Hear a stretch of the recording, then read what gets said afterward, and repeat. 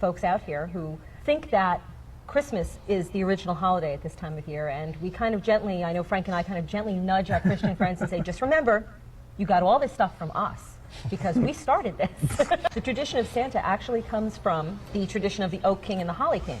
And Santa is actually the Holly King, who dies at this time of year and gives way to the Oak King to bring back the springtime, because the Oak King reigns during the spring and summer, and the Holly King reigns during the fall and winter.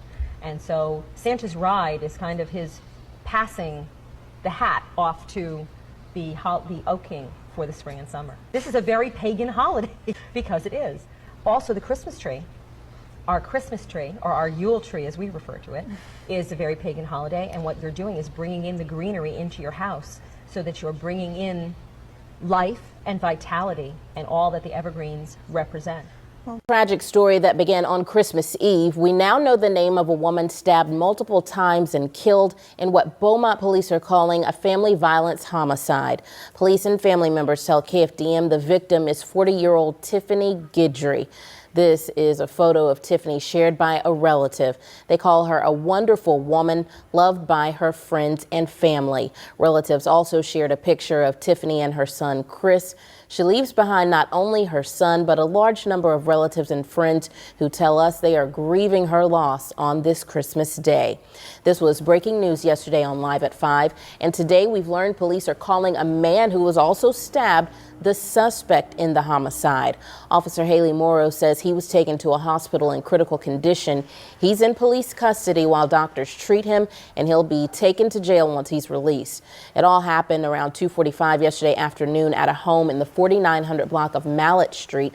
That's in southeast Beaumont between Highland and Kenneth. Police and EMS rushed to the home, and within minutes, officers reported a woman dead on the scene from multiple stab wounds and a man suffering traumatic injuries from a stabbing. Family members say Stephen Weatherford put his family first, even to the very end. Good evening and Merry Christmas, everyone. I'm Betty Yu. We do begin tonight with a difficult holiday for an Oakland family who came together to celebrate the holidays, but is now in mourning. The fire broke out shortly after 6 o'clock this morning on Oak Knoll Boulevard in East Oakland. No word yet on a cause, but family members tell KTVU's Jesse Gary they are simply in shock that their loved one is gone. Family members say this burned out shell was the Hallmark house for the holidays. Now it's a painful reminder of the sacrifice of one man and how Christmas will never be the same. Stephen was truly the best person you could ever be. He loved his family, his friends, everybody so much.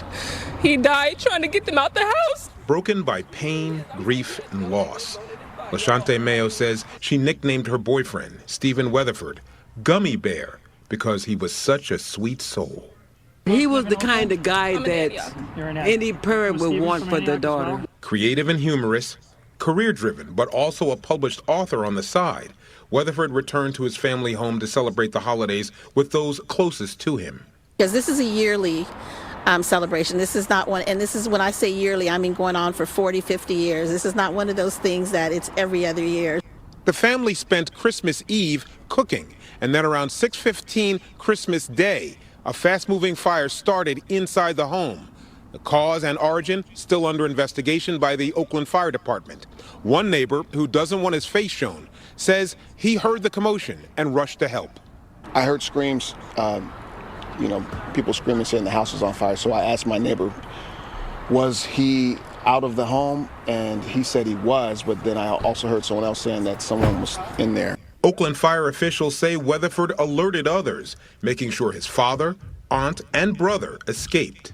He started yelling to the family, there's a fire, there's a fire. I guess he was just trying to save everybody, make sure everybody was out the house. But relatives and officials say Weatherford went back to search for the recently purchased engagement ring he planned to give Mayo New Year's Eve and never made it out.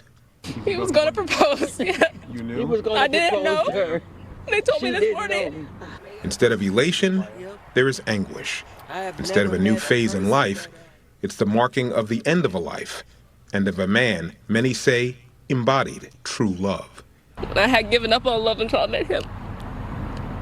In Oakland, I'm Jesse Gary, KTVU Fox 2 News. Thames Valley Police say that 2 women have died and a man and a teenage boy have suffered serious injuries after reports of a stabbing yesterday. A dog was also killed in the incident. Police were called to an apartment block on Santa Cruz Avenue in Bletchley in Milton Keynes after a 999 call. A 49-year-old man was arrested on suspicion of murder and attempted murder, and police say they're not looking for anyone else in relation to what happened.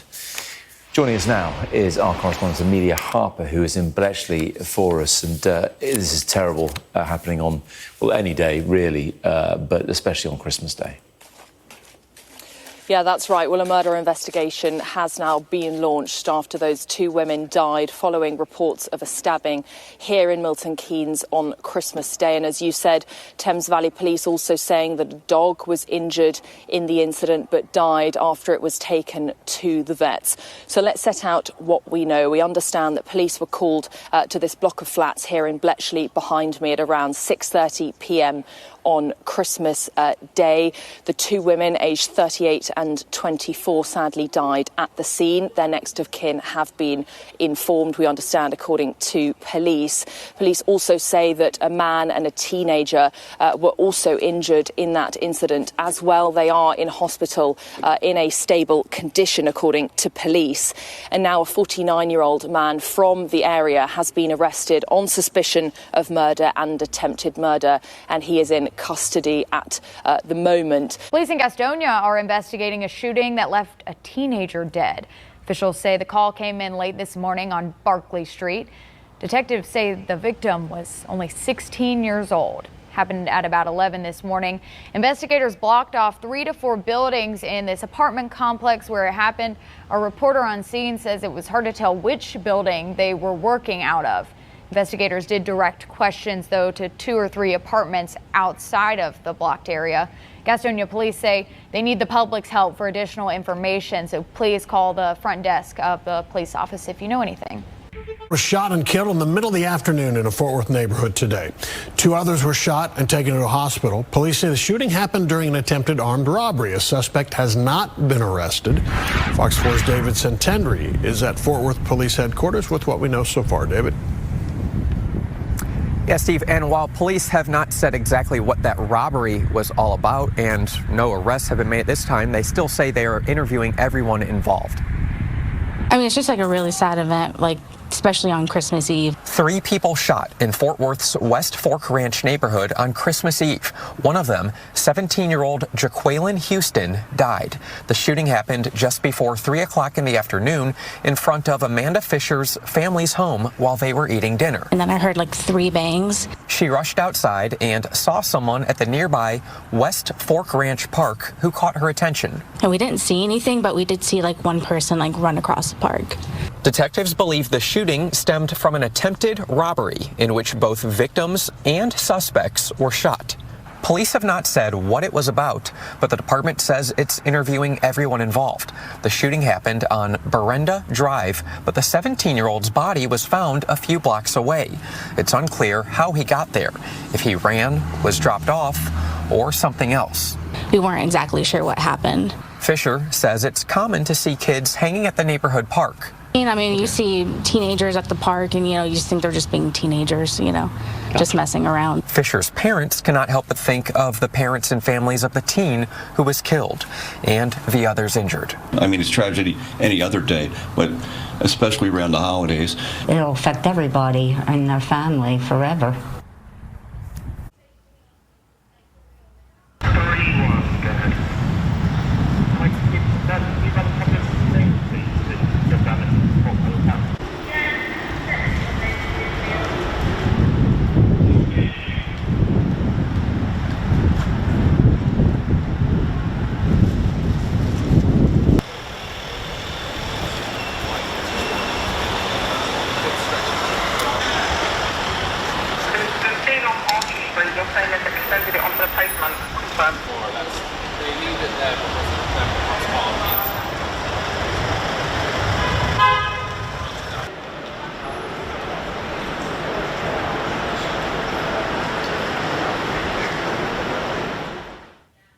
A Christmas Day plane crash has killed 38 people in the country of Kazakhstan. 29 people did survive.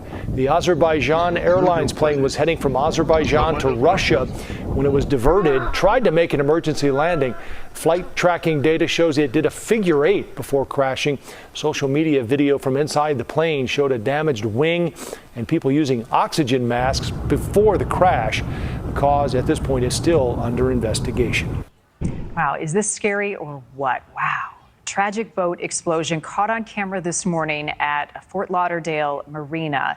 The vessel's deck flies into the air before then crashing back down. You can see somebody standing there, some passengers and debris thrown overboard.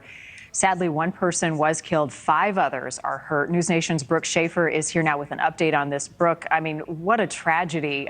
Do we know what happened?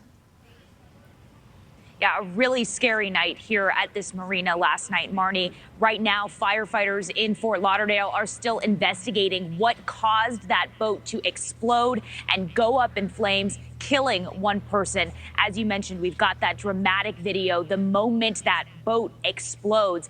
Firefighters in Fort Lauderdale, just north of Miami, say that 2 boats actually caught on fire after that one boat exploded while docked at the marina last night. In total, 5 people were taken to local hospitals. 3 of them reportedly had traumatic injuries. This explosion was so massive that one person was actually thrown into the air and into the water. They were missing for hours. After a lengthy search, firefighters found that person unfortunately dead in the water. At this point, Marnie, we still don't know. Of heavy battles and mass strikes, Russia's full-scale war against Ukraine continues. The latest attack coming today. Aisha Hasni is in Washington with the very latest. Ukrainian soldiers on the front lines firing back Christmas Day, hitting the Russian town of Lvov in the Kursk region. This after Russia attacked Ukraine's energy system with cruise and ballistic missiles Wednesday, wounding at least 6 people and killing 1. Ukraine's President Volodymyr Zelensky responding, saying Russia made a, quote, conscious choice to launch attacks on Christmas, calling the move inhumane. I do think it's inhuman to choose this particular day, but that's not unusual for Vladimir Putin. At the Vatican, Pope Francis, in his annual Christmas address, urging for peace in Ukraine and Gaza. May the sound of arms be silenced in war-torn Ukraine. May there be boldness needed to open the door to negotiation. In the meantime, President-elect Donald Trump's choice for special envoy to Ukraine and Russia, slamming Russia's Christmas Day attack, posting on social platform X, quote, Christmas should be a time of peace, yet Ukraine was brutally attacked on Christmas Day. Launching large-scale missile and drone attacks on the day of the Lord's birth is wrong. The world is closely watching actions on both sides. The U.S. is more resolved than ever to bring peace to the region. President-elect Donald Trump vowed on the campaign trail to end the war in Eastern Europe on day 1. Inauguration Day is now just 26 days away. In Washington, I'm Aisha Hasni, Fox News. Thank you, Lee. More breaking news this morning. The Palatka Police Department has confirmed 2 people are dead after a shooting just before 10 p.m. on Christmas Day night. That's according to police. Officers were clearing a large crowd at a parking garage when they heard several gunshots. Right now, the Florida Department of Law Enforcement Crime Scene Unit and the State Attorney's Office Homicide Investigative Unit have been called and are currently assisting detectives. And this just into Action News tonight. Philadelphia police investigating 2 homicides on this Christmas Eve. First, a double shooting in the city's Mantua neighborhood about an hour ago. Police were called to the 3900 block of North Brown Street, where they found a man and a woman with gunshot injuries. The woman was pronounced dead at the hospital. That man is said to be in critical condition. And then, about 20 minutes later, police responding to a shooting at C Street and Roosevelt Boulevard, where they found a man who had been shot several times. They rushed him to the hospital, where he was also pronounced dead. No arrest in either case. Earlier tonight, 3 people were injured in separate shootings, less than 10 minutes apart. The first happening on the 600 block of North 13th Street in North Philadelphia, where an 18-year-old was shot in the back. A few minutes later, police responding to a park along the 7200 block of Penway Street, this in the city's Castor neighborhood, where a man was shot in his leg. Officers were then called to the 3800 block of Wyalusing Avenue, where a man was shot 4 times. All of the victims are in stable condition tonight. No arrests have been made. And investigating a deadly fire in Acushnet. Flames ripped through the home early this morning, killing the couple who lived inside. And as WBZ's Penny Commit shows us, neighbors are devastated. What's supposed to be one of the happiest days of the year. Nick now G, a day how of are mourning you? for one longtime Acushnet family. To lose both your parents on Christmas Eve, I can't imagine. Louise Stady lives across the street and says that instead of waking up to Santa coming down her chimney, she woke up to firefighters pounding on her door. When she looked outside, I saw this ball of fire and I went, oh my God. And I kind of knew they were in there. Louise says the flames took the lives of her longtime neighbors, a devout, kind married couple with 2 grown children. Another adult was injured in the fire, and everyone else within the multifamily home was displaced. Known each other for almost 40 years, the whole neighborhood. We're just like an old community. Very sweet, gentle people. Acushnet fire officials say they received multiple 911 calls about the fire just before 2 Christmas morning. But upon arrival to the 2.5-story home, they didn't hear any smoke alarms. Neither did Luis. I don't know how the firemen knew what signals they went off. The electricity had already gone off. It wasn't long before part of the home's roof collapsed, according to AFD, and the flames kept re-sparking throughout Christmas Day.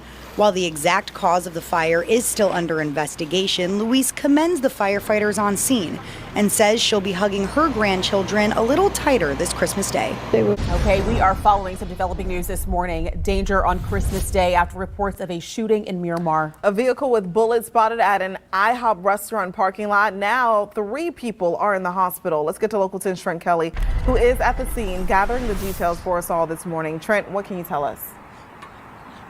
Well, Alexis, we know this all went down just after 1:30 this morning, right here in the parking lot of this IHOP behind me off Red Road.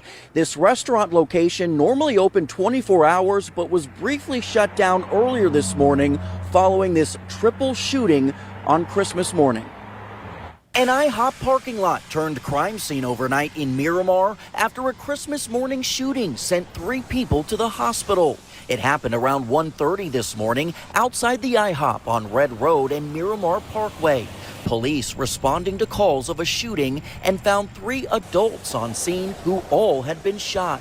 Paramedics rushing all 3 victims to Memorial Regional Hospital in Hollywood. The extent of their injuries still unknown. Police and crime scene detectives working well into the morning, appearing to use flashlights and a metal detector while searching through nearby bushes. Detectives also towing away 2 cars, including this white Acura with blood stains on the side and a bullet hole in the trunk. At this point, who fired off the shots is still unclear as police continue to investigate. And as it stands this morning, the names of these victims have yet to be released. It's also not clear if they may have known each other prior to this shooting. Again, this case still open and active at this time as Miramar police continue to investigate. So far, they have not said whether they are searching for a shooter. For now, that is the latest live from Miramar. I'm Trent Kelly, Local 10 News. And some top stories are following tonight at 11. Fire marshals are looking closer at what started a deadly fire in Harford County this morning as a house fire claimed the life of 1 man and forced 6 others out of that home in Joppa on Christmas Day. Our Tara Lynch has the latest on the investigation and the crucial safety equipment that firefighters say were missing inside that home. She's reporting on Your Corner tonight in Harford County.